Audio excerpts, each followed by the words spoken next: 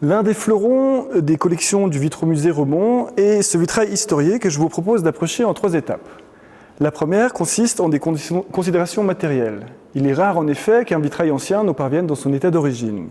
À cette fin, il convient d'identifier les fentes, les plombs de restauration que vous avez ici, et les compléments, c'est-à-dire des verres anciens qui auraient été remplacés à une époque ultérieure, comme c'est le cas par exemple pour la partie gauche ici, la partie inférieure ici, ou encore le fût de la colonne.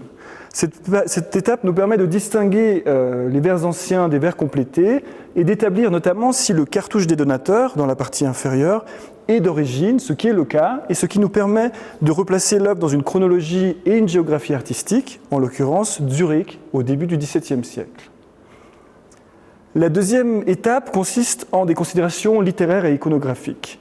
Le vitrail représente 6 scènes qui comptent parmi les mythes fondateurs de l'ancienne Confédération helvétique. Vous pouvez reconnaître par exemple ici Guillaume Tell, décochant un carreau d'arbalète dans une pomme posée sur la tête de son fils, ou encore le serment du Grutli. La source littéraire de ces scènes est le livre blanc de Sarnen, que l'on date généralement de 1470, et qui connaît une importante diffusion à partir de 1507, notamment grâce à l'imprimerie à caractère mobile.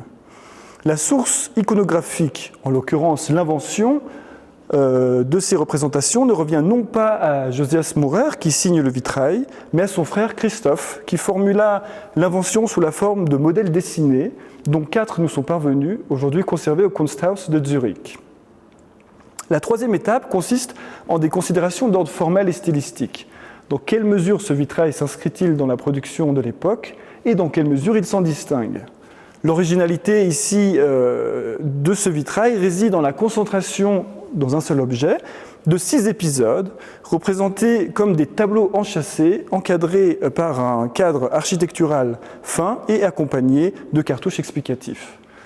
Issu de l'atelier zurichois des Maurer, ce vitrail connut une relative importante succès dans la mesure où l'on connaît plusieurs copies anciennes, dont 2 dessins anciens conservés respectivement à la Graf Fischersammlung de Munich et au British Museum de Londres, ainsi qu'un vitrail daté de 1602, soit 1 an après la formulation de celui-ci, conservé à Kilchberg au bord du lac de Zurich. Pour conclure, après avoir formulé des considérations matérielles, littéraires, iconographiques, formelles et stylistiques, il convient, et là probablement réside le plus important, de prendre le temps et d'apprécier les jeux de formes, de couleurs et de lumière que ce vitrail offre depuis maintenant environ 400 ans, lorsque Elisabeth Vögler et Hans Felix Haller, qui exerçaient le métier de libraire à Zurich, commandaient ce vitrail.